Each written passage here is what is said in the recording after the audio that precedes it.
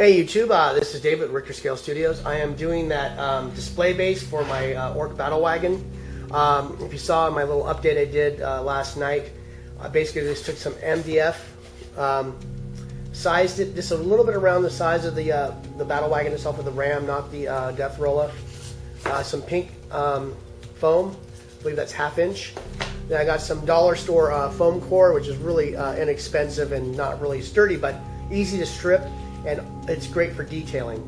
And I'm going to make this look like that road section in the display base I have with the comms base, and I just wanted those road ruts, and that's basically what this is the foundation for.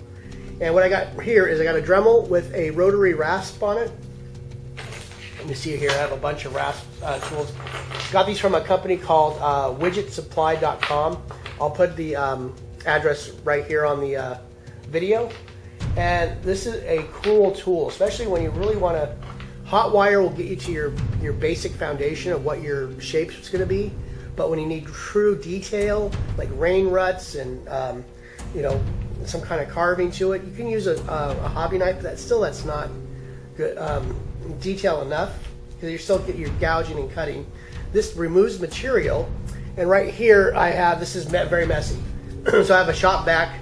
I have a big one down here. Upstairs I have a little one that's not so loud, and I have a foot pedal. So I don't have that, excuse me, the foot pedal down here with my Dremel. I have another little older cheap Dremel here, but still, you know, as long as it turns on, it's fine. So I'm going to show you real quick how I do this. It's going to be noisy, so I'm just going to do it for a few seconds, then we'll show you the next part.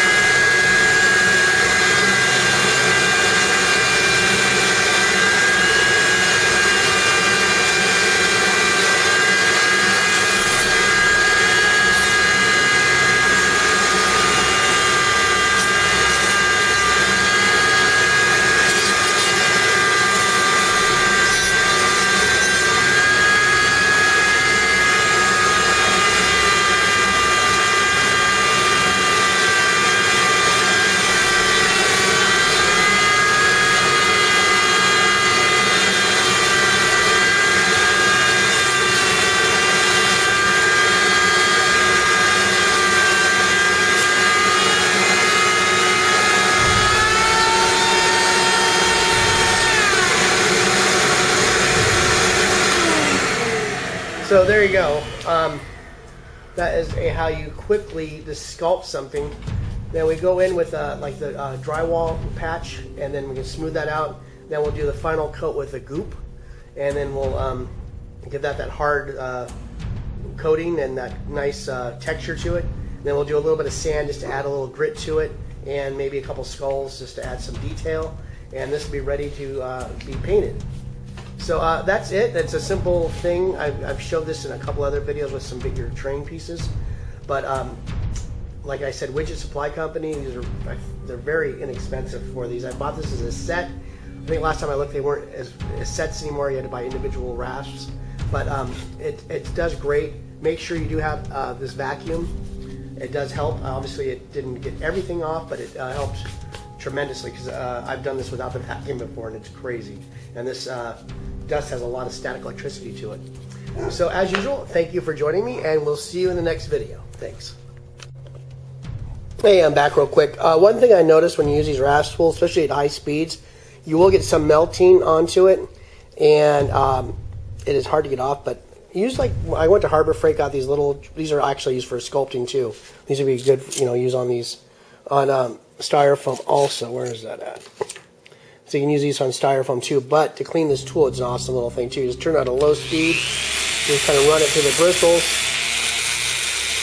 You're not doing too much friction or anything like that, and turn it off, you got a nice clean head. So that's it for right now. I just want to give you a little update. Thanks.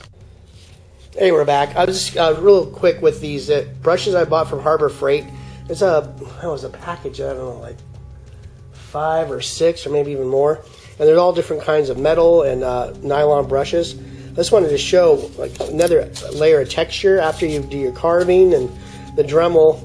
If you want to add a little more texture, you just take these in there. It's a little messy. Just make sure you're in an area where you either have the vacuum going or outside or in your garage where you can sweep it up real easily. And like this area right here, it's still, even with the Dremel going in there, it's still kind of too smooth looking. And there's some areas that you need to be cleaned off, and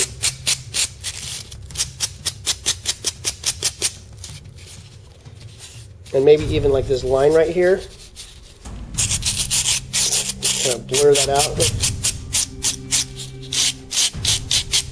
We're going to go in there with some dry patch next, and that'll fill all those in that didn't.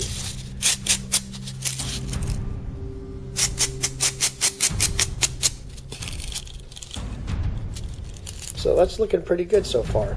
Well, we'll be back and some dry patch on this, then we'll go from there. Thanks for joining us.